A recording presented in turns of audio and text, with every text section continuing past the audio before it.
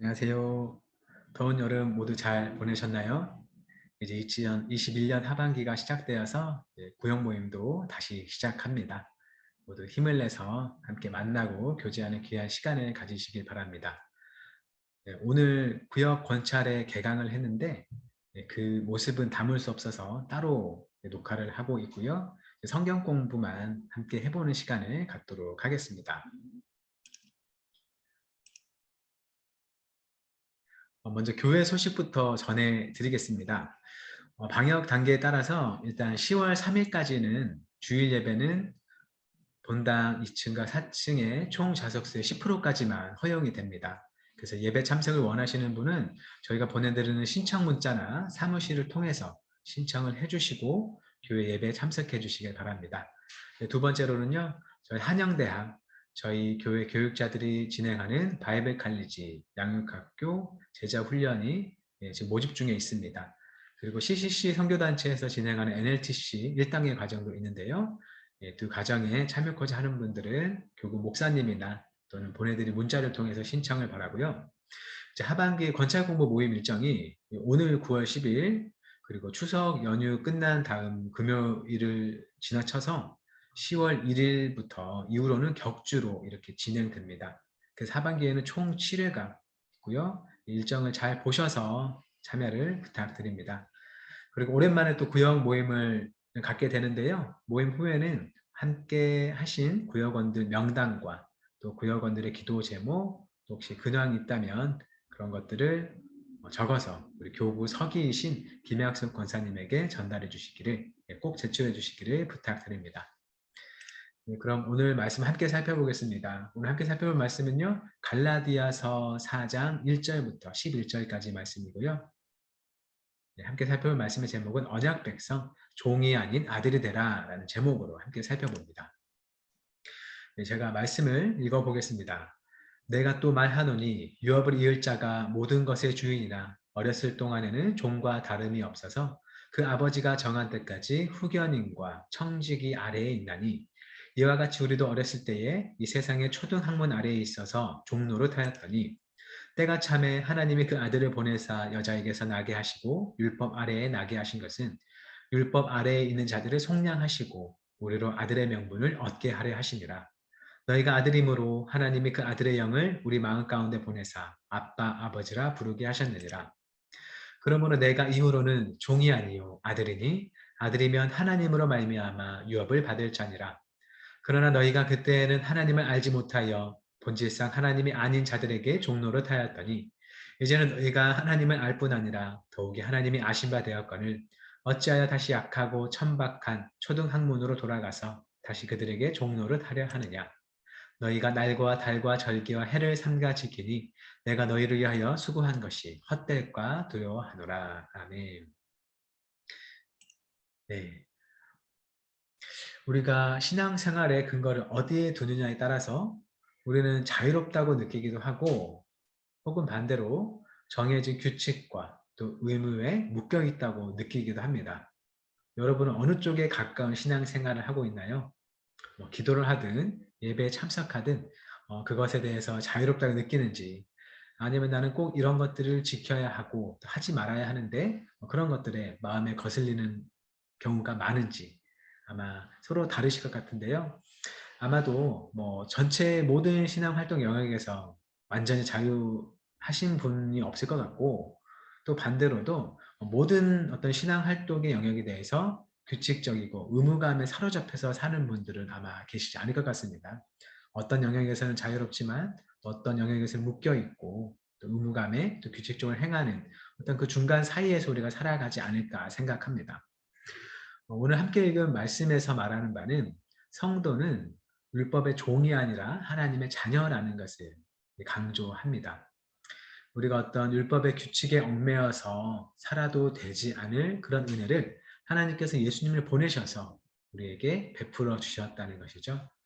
죄와 사망의 벌이 두려워서 우리가 무언가를 행하고 그것을 통해서 구원을 받고 영생을 얻고자 하는 그런 삶이 아니라 이미 우리를 위해서 예수님께서 행하신 일로서 우리가 자유로운 아들이 되어서 그렇기 때문에 기쁘고 감사하는 마음으로 사랑의 율법을 지켜 행하는 삶을 살아야 한다. 라고 말하는 게 사실 바울이 말하고자 하는 바이죠. 그래서 마지막 줄을 보면 성도는 하나님의 자녀로서 참된 자유를 누리며 살아야 할 존재다라고 우리가 어떤 존재인지에 대해서 말을 해주고 있습니다. 문제를 함께 살펴보겠습니다. 그리스도인은 더는 율법의 종이 아니라 하나님의 자녀입니다 라고 얘기를 하죠. 바울은 하나님의 자녀가 율법, 즉 이 세상의 초등학문 아래에 있던 상태를 무엇에 빗대어 설명하고 있나요? 1절부터 3절이 그걸 말하고 있는데요. 네, 유업을 이을 자, 즉 주인의 아들이 성인이 되기 전에 그를 양육하는 관리인 밑에서 마치 종처럼 양육되는 것을 빗대어 설명하고 있습니다. 즉 우리는 앞으로 쭉 종으로 살아갈 자가 아니라 하나님의 은혜로 하나님의 자녀로서 살아갈 자인데 그렇게 성인이 돼서 자기 책임하에 살아가기 전에 어떻게 살아가야 할지 배워야 하는 마치 종처럼 양육되고 있는 상태로 우리를 말했던 거죠. 로마 사회에서 후견인이란 집안의 재산과 사람을 관리하는 감독이고 또 청직이란 이제는 노예였던 사람인데 주인의 신뢰를 받아서 자유인이 돼서 주인의 집을 관리하는 사람을 가리킵니다.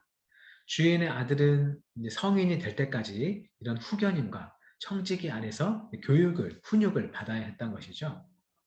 그래서 하나님의 자녀는 곧바로 하나님의 자유로운 삶을 살아갈 수 있는 상태가 아니라 일정 기간 동안 이러한 청지기와 관리인과 같은 후견인과 같은 초등학문 밑에서 종노릇하며 그것을 배워왔다고 얘기를 합니다. 그리고 그러한 것은 세상을 구성하는 기본 원소 또는 하나님이 아닌 영들을 의미하는 이런 스토이케이아가 가리키고 있는데요. 이것은 사실 하나님께서 우리에게 가르쳐 주시고자 하는 바가 있는데 우리가 그것을 직접적으로 완전히 알기 어렵기 때문에 그런 것들을 알려주는 전 단계로 얘기를 할 수 있는 거죠. 예를 들면 유대인 같은 경우에는 하나님께서 율법을 주셔서 그 율법을 가리키는 바가 무엇인지를 알게 하셨고 이방인 같은 경우에는 꼭 어떤 율법적 내용이 아니라도 하나님 주신 율법이 지향하는 어떤 정신을 닮은 그들만의 어떤 삶의 규칙, 가치가 있을 텐데 그런 것들 아래서 종속되어 살았다라고 얘기를 할 수 있습니다. 하지만 그것들이 하나님의 자녀에게 주시고자 하는 어떤 궁극적인 가치를 나타내는 건 아니었다는 거죠. 그래서 그 아래에서 율법을 해가거나 또는 세상의 가치 아래 그것들을 배워 살아가면서 하나님의 정말로 바라시는 어떤 사랑, 어떤 생명 것들을 우리가 더듬어 알고 배워야 될 필요가 있었다라는 걸 얘기하고 있습니다. 그런데 하나님께서 하나님의 아들 예수님을 이 세상에 보내셨어요. 그 이유가 무엇이냐라고 질문하고 있는데요. 바로 율법 아래에 있는 자들을 속량하고 하나님의 아들을 삼기 위해서라고 4절, 5절은 말하고 있습니다. 율법 아래에 있는 자들이지만 율법 아래에 살지 않고 자유롭게 살기 하기 위해서 예수님이 오셔서 우리를 값을 주고 사신 거죠. 건져내셨고 또 우리를 하나님의 자녀로 삼으셨다라고 얘기를 합니다. 하나님의 예수님을 율법 아래에 나게 하신 이유는 율법 아래에 있는 자들에게 자유를 주기 위해서다라고 얘기하는 거죠. 마치 로마 사회에서 청지기 밑에서 교육받던 자들이 성인이 돼서 종과 같지 않고 아들의 신분을 가지고 아버지의 유산을 받아서 그것을 자유롭게 사용하고 그 자유롭게 누리는 것과 같게 했습니다. 그리고 예수 그리스도는 율법이 주는 사망의 한계를 벗어난 최초의 사람이다라고 하죠. 예수님이 최초의 사람이고 또 그를 믿는 자는 그 이후에 이제 사람이 계속 되는 거죠. 율법이 주는 사망의 한계를 벗어난 이후의 사람들이 예수님을 통해서 계속해서 생겨나는 겁니다. 예수님께서 율법 아래에 놨다는 것은 우리가 이미 율법 아래에 있기 때문에 예수님도 우리처럼 되셔서 우리가 율법을 어떻게 벗어나는지 먼저 몸소 보이시고 예수님께서 먼저 벗어나서 우리를 그 자리로 불러주시는 그 길을 인도해 주시는 분이다 라고 우리가 이해할 수 있겠죠. 예수님께서는 그저 율법 위에 나셔서 우리를 쉽게 건져주신 분이 아니라 우리와 같이 율법 아래 사는 삶이 어떤 것인지를 친히 경험하시면서 그래서 우리 손을 붙들고 동행하시면서 우리를 율법에서 건지셨다라는 모습으로 그 장면을 그려봐도 좋을 것 같습니다. 그래서 하나님께서는 예수님을 죽은 자 가운데서 다시 살리셔서 부활의 첫 열매가 되게 하셨는데요. 이제 죽었다라는 것은 율법에 대해서도 죽는 걸 가리키기도 합니다. 예수님이 율법에 대해서 또 율법으로부터 죽으셔서 다시 살아나셨고요. 우리도 예수님과 함께 그 죽음에 동참할 때에 우리도 함께 율법에 대해 죽고 다시 한번 하나님을 향해서 살아난 부활을 경험하는 자가 된다는 것이죠. 그래서 예수님은 부활의 첫 열매고 우리는 두 번째 열매, 세 번째 열매 이렇게 쭉 부활의 열매가 되는 것입니다. 그래서 예수를 믿는 모든 자가 그리스도의 부활에 동참하여 하나님의 자녀가 될 수 있다라고 얘기를 하죠. 우리가 그러한 하나님의 자녀된 신분을 얻은 거고요. 그래서 더 이상 율법이 죄와 사망의 한계 가운데 그리스도인을 가둘 수 없다라고 말합니다. 우리는 율법에 대해서 이미 죽었기 때문에 그리고 하나님에 대해서 살아난 자들이기 때문에 우리가 율법이 우리를 향해서 너가 무엇을 잘못했다라고 고소를 하지 못하게끔 우리를 자유케 하신 것이죠. 그렇게 예수와 연합한 사람은 죄와 사망의 굴레에서 벗어나서 성령 안에서 자유를 누리면서 말씀의 통치를 받을 수 있다라고 얘기를 합니다. 우리가 성령 안에 머무를 때에 성령께서 주시는 구원의 기쁨을 누리고 자유를 누리면서 우리가 어떤 율법과는 전혀 먼 삶을 사는 게 아니라 그 율법이 가르쳐주고 실제로 지향했던 그 하나님의 말씀의 통치, 그것을 기쁨으로 자유함으로 순종하며 사는 삶, 그것을 억지로 얽매여서 지켜 행하는 삶이 아니라 하나님의 뜻에 부합되게 그 말씀을 지키며 사는 삶을 우리가 살게 된다라고 말하는 것이죠. 네. 그래서 하나님이 우리에게 성령을 보내심으로써 일어난 변화는 무엇인가? 라고 질문하는데요. 6절, 7절에서는 무엇이라 말할까요? 네. 이제는 종이 아니고 하나님의 자녀가 돼서 우리가 하나님을 아빠, 아버지라 부를 수 있게 되고 그리고 하나님 나라의 유업, 유산을 우리가 받아 누릴 수 있다라고 얘기를 하고 있습니다. 6절을 보면 그 아들의 영이다라고 얘기를 하는데요. 그 아들의 영이 무엇을 가리킬까요? 예수의 영, 그리스도의 영, 그리고 이제 성령을 의미를 합니다. 즉 성령께서 우리에게 오심으로 우리가 율법 아래에 있었지만 하나님의 아들의 신분을 우리가 가지게 됨으로써 율법으로부터 자유롭게 돼서 우리가 살아갈 수 있게 되는 것이죠. 율법 아래에서 이것을 지켜야 하고 이것을 지키지 말아야 하고 그 규칙에 얽매였지만 이제는 그것으로부터 벗어나서 하나님 아버지를 닮은 그 마음을 가지고 이 세상을 주님 주신 사랑으로 자유롭게 살아갈 수 있다라고 얘기하는 겁니다.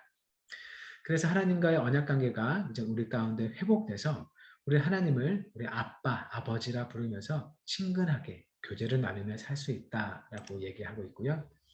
하나님께서 우리를 위해서 주신 하나님 나라에 유산이 있는데 우리가 자녀이기 때문에 그 유산을 받아 누릴 수 있다고 합니다. 여러분 각자에게 그 유산이 무엇으로 다가오셨는지 다르겠지만 기본적으로는 구원의 기쁨이 있겠고요. 구원으로 인한 염려 없는 평강, 모든 것을 하나님께 맡길 수 있는 신뢰와 의존, 여러 가지가 있겠습니다.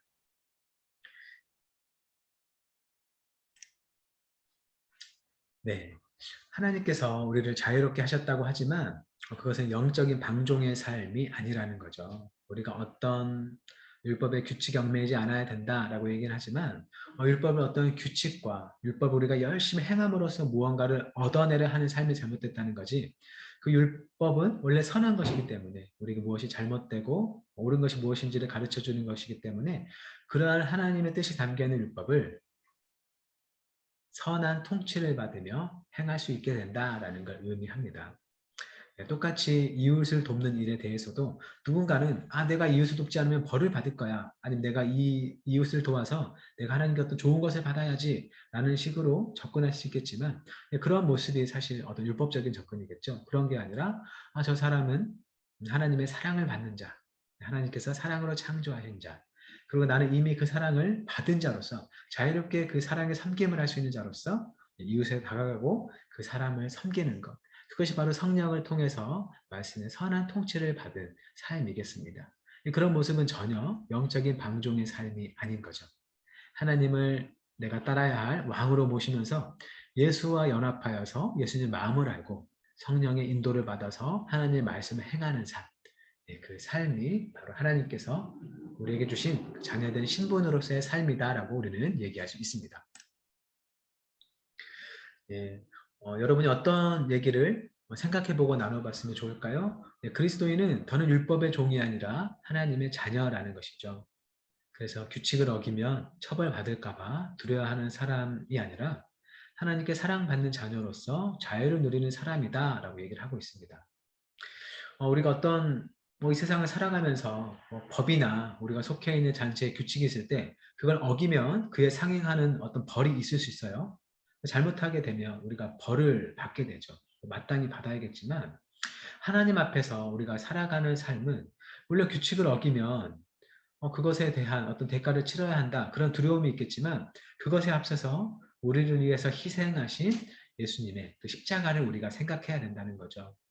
물론 두려움이 있을 수 있겠지만 우리가 그런 두려움보다는 우리가 잘못한 것에 대해서 뉘우치고 회개하는 마음과 더불어서 그것을 위해서 바로 예수님께서 오셨구나 라는 그 사랑의 일들을 생각하면서 하나님께 감사하고 다시는 그 죄에 빠지지 않도록 하나님께 우리를 맡겨드릴 뿐만 아니라 또한 그 같은 시각으로 나 자신과 함께하는 사람들을 이 세상을 바라보면서 주님께서 먼저 베푸신 그 사랑을 행하는 삶으로 네, 죄에 얽매여서 어떤 우리가 범하게 된 규칙에 얽매여서 그냥 그것으로부터 벗어나려는 삶이 아니라 그것에서 이미 벗어난 신부님을 알고 그것을 넘어서서 사랑을 베푸는 삶 그렇게 자유를 누리는 누릴 수 있는 사람이다라는 걸 인식해야 한다는 것이죠.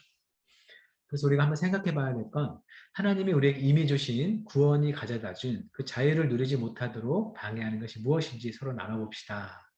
이겠습니다. 무엇이 있을까요? 즉 우리가 이제 믿으면 구원을 받는다라고 사실 쉽게 말해지는 바는 있겠지만요. 어쨌거나 성경은 우리가 주 예수 그리스도를 믿음으로 우리가 구원을 얻는다라고 얘기를 합니다. 그 믿음은 우리의 삶이 예수님을 향해 헌신되어야 한다는 것을 다분히 의미하고 있는데요. 그렇지만 우리가 믿고 나서 무엇을 행하기도 전에 이미 사실 우리는 하나님의 자녀로서 받아들여진 자다라는 걸 기억해야 한다는 거죠. 우리가 무엇을 행해서 하나님의 자녀가 되고 하나님 구원을 얻을 수 있다라는 생각을 가지는 것이 아니라 하나님의 이미 먼저 우리에게 베푸신 그 십자가의 구원의 은혜 그것을 받아들이는 것 자체가 내가 어떻게 살든지 간에 하나님께서 나를 놓지 않고 하나님의 자녀된 자료를 되돌리겠구나 라는 생각을 가질 때 우리가 참으로 자유롭게 살아갈 수 있다는 것이죠. 하나님께 무엇을 바래서 무엇을 행하는 것이 아니라 그것을 주시지 않더라도 이미 받은 구원과 영생의 기쁨 때문에 우리가 자유롭게 사랑과 섬김을 행하는 삶 그것이 우리에게 이루어질 수 있다는 것이죠. 그래서 이 질문에 대해서 좀 더 생각을 해보시고 스스로에 대해서도 돌아보고 또 고여관들과도 함께 나눠보실 수 있으면 좋겠습니다. 네, 두 번째 나눈 질문은요. 율법이 아닌 성령의 도우심으로 우리가 자유를 누릴 수 있는 것이죠. 우리가 율법을 다 지켜서 자유를 얻으려다가 정말 영원히 자유를 얻겠죠. 오늘 매번 우리가 지킬 수 없는 율법이 우리 마음을 괴롭게 하는 것을 발견할 수 있습니다. 하지만 우리 마음에 계시면서 우리가 하나님의 자녀라는 것을 일깨워 주시고 삶을 지도하시는 성령님이 계시기 때문에 우리가 자유할 수 있다는 것이죠. 너희가 무엇을 지켜야만 하나님께서 너희를 받아주시는 게 아니라 하나님께서 이미 너희를 받아주셨다. 그것을 믿어라라고 말씀하시는 성령 하나님이 계신다는 겁니다. 네, 여러분의 삶 가운데서 여러분이 하나님의 자녀로서 자유를 누리며 살 수 있도록 성령 하나님께서 어떻게 도우셨는지를 한번 나눠보셨으면 좋겠습니다.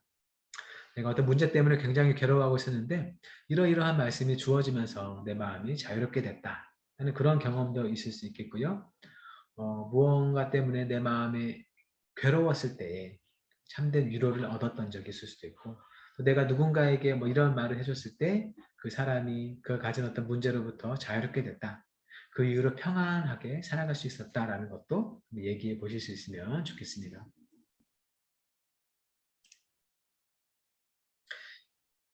네, 관찰가 목사 2번을 보겠습니다.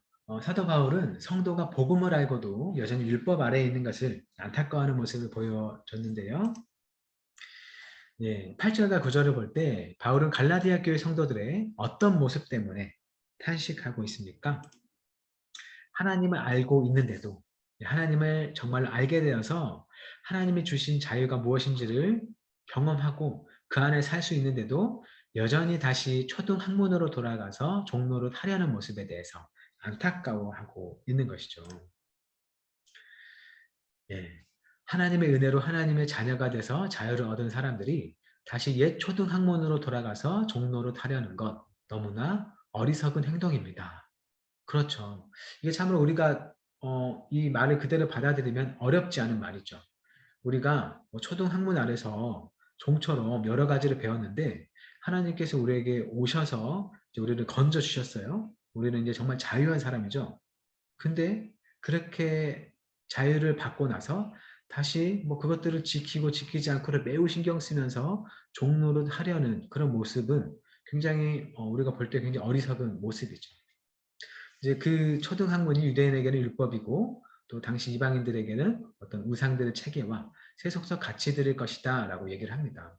이렇게 말하는 것은 굉장히 간단할 수 있겠지만 실제로 어떤 모습이 초등학문 아래 살아가는 것이고 어떤 모습이 그것으로부터 벗어나서 자유롭게 사는 것이냐라는 문제는 우리 실제로 자신의 삶을 돌아보면서 확인을 해야 되는 문제이기 때문에 쉽지 않을 거라 생각합니다.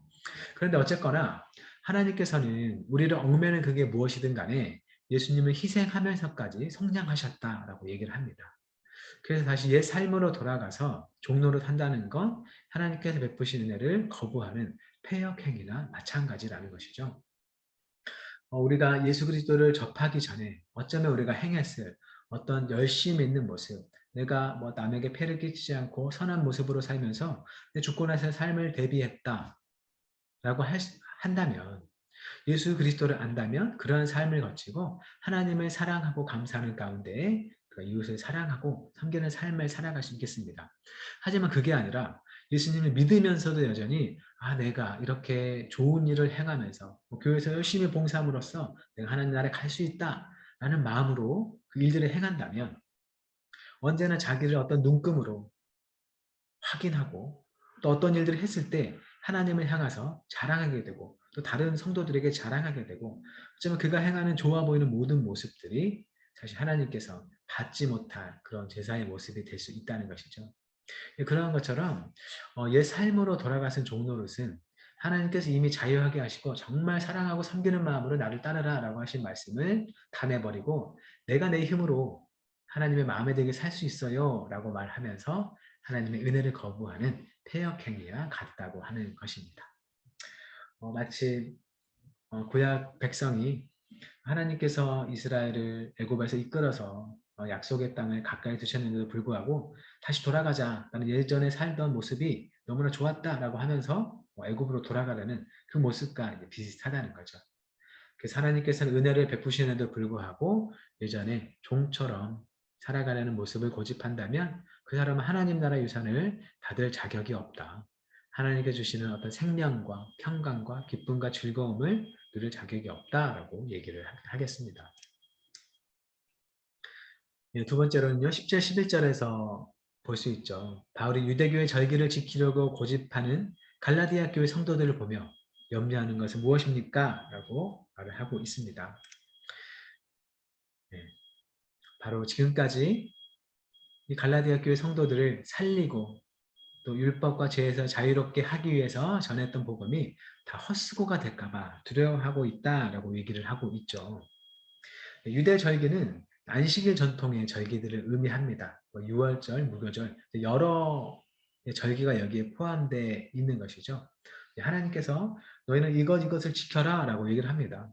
하나님께서 그 절기를 지키라고 주신 건 좋은 의미로 주신 것이죠. 그 절기들을 지킴으로써 하나님께서 어떠한 모습으로 나아가야 하는지를 알 수 있고 또 그 절기가 담고 있는 어떤 의미를 통해서 하나님의 마음을 알고 또 이 세상을 어떻게 살아가야 하는 것인지를 우리가 배울 수 있게 됩니다.